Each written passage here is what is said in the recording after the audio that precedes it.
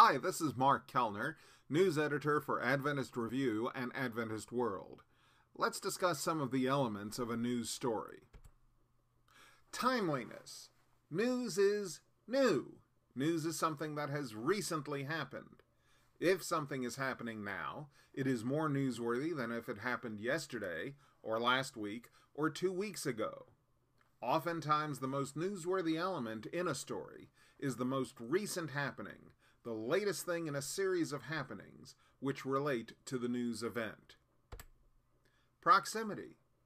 How close to your readers is this event taking place? All other things being equal, something that is happening in or near their location is much more meaningful to them than something taking place across town, across your region, or around the world. Now, there is a big difference for us in the Adventist Church than you'll find in daily newspapers, radio, and television stations. As Adventists, we believe we're in proximity to all our brethren all around the world, and especially to our leadership of the world church. Prominence. Is a well-known person part of the story? Readers like to read about people they know.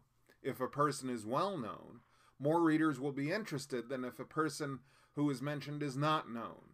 Now again, in the church and in church media, this gets to be a little different.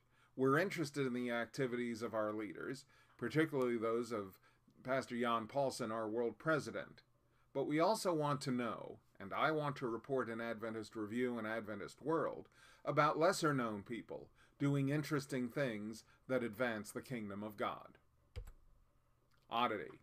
Now, if something is out of the ordinary, it may be newsworthy just because of that fact. The strange or unusual is fascinating to many readers. I can imagine that in your part of the world, where diets based on harvesting the oceans are very common, it might be newsworthy to write about people who practice a plant-based diet. That's just one example. Consequence.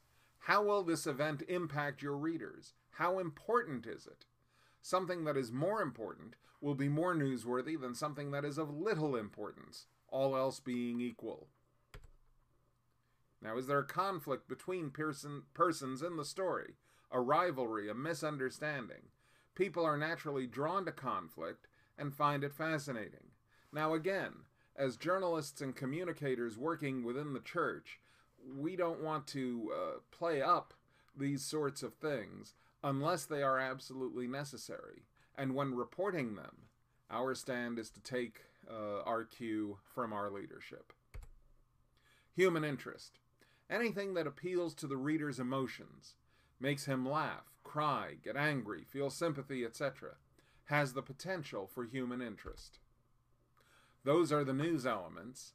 Now let's take some questions.